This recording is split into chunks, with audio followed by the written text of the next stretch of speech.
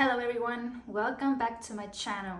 Today's video is going to be a quite short one. I gave birth about a year and a half ago. It was my first pregnancy and it went over the due date for exactly 1 week, which gave me some time to try and induce labor naturally at home as much as I could to avoid going to the hospital to induce labor. So today I'm going to be sharing with you the few things that I did to try to somehow induce labor at home naturally by myself. I gave birth exactly on the 41st week of pregnancy, so I didn't need to go to the hospital for inducing labor. So we don't know, did these things really work or didn't they work? But from my experience, it kind of seemed like something worked because it helped me to get the baby out before they were going to take it out from me instead. Number 1, I was drinking different teas. I started around 36-37 weeks of pregnancy to already help prepare everything down there so I wouldn't go over the due date. That did happen, but luckily not much. Main teas that I was drinking on a daily basis were raspberry leaf tea and Breckland thyme tea. I did some research on them, you can also look them up, and those were the two main ones that I was drinking on a daily basis for then about 4 or 5 weeks. Number 2, at around 40 weeks of pregnancy, so around the due date, I started eating pineapple. But since I had some reflux type issues in the end, I managed to only do it for 2 days, so I don't know if it helped, but as much as I researched it, it seemed like what it is supposed to do is exactly that. It's supposed to kind of irritate your ingestion, and that will kind of help get things moving. Number 3, I did physical activities. I walked a lot. I did lunges, squats.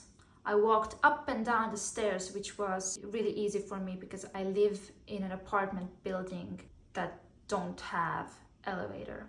I was doing all of these things throughout the pregnancy, but I started doing them intensely at around 40 weeks when I hit the due date and I started to really work on getting the baby out. Number 4, I ate dates.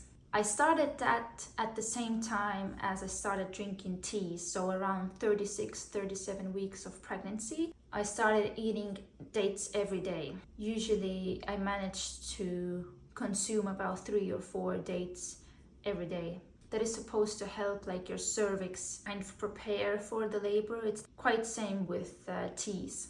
Number 5, I went to a sauna when I was 40 weeks pregnant. I don't know if it's just Estonia, but we have a saying that the 3 S's, sauna, champagne, and sex, that you have to try these 3 things. The sauna also, you get yourself sweating and hot and kind of uncomfortable for the baby to be there. Number 6, the second S from the 3 S's. 1 day before I then started to give birth, we got intimate with my partner. I think that had the biggest influence because it doesn't seem like a coincidence that we decided to be intimate one night and the next day my labor started.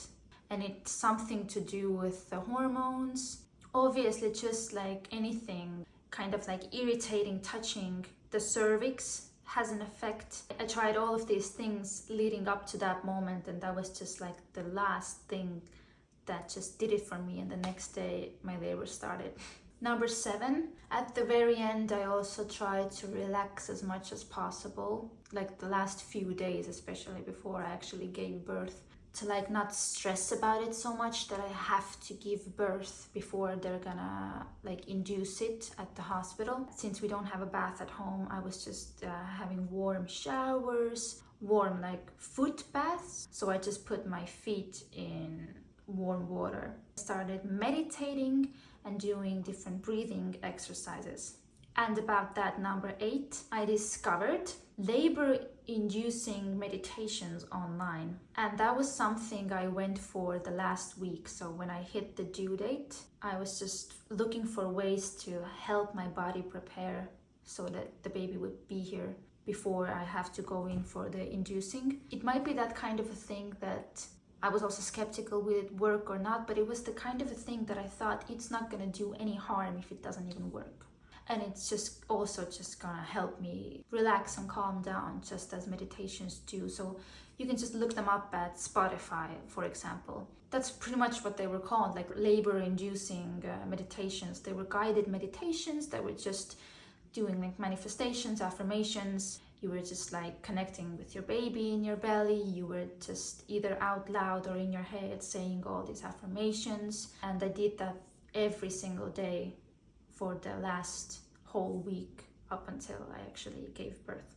And number 9, acupressure points. Our doula came by and taught us some of the points and also did the acupressure points on me.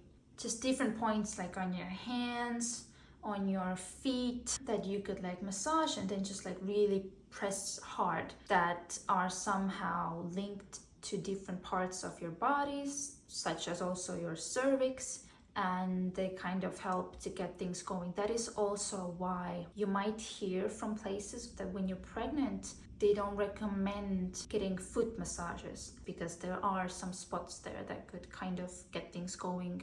And if it's too soon to get things going, you don't want these points to be touched. We also did this for the last week or 2, I think. And it's also like a good practice for contractions because it doesn't feel good. It's quite painful if it's the right spot, but you're learning how to breathe deeply through that uncomfortable feeling. Number 10, I would add from the 3 S's, I did try drinking sparkling drinks. I did not try champagne, but I tried just different sodas or sparkling water to kind of have the same effect as pineapple, to a little bit irritate everything in your stomach.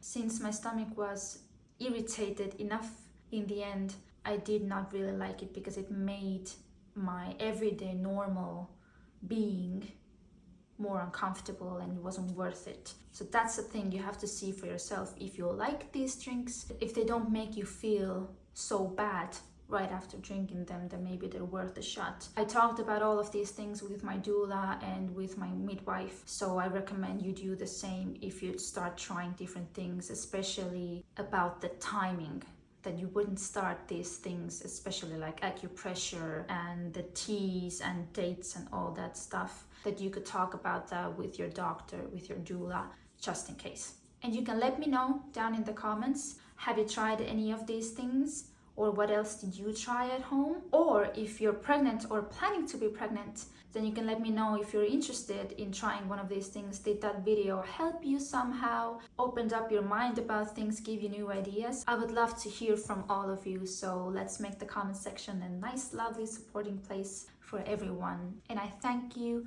for watching. You're always welcome back here, and I'll see you in the next one.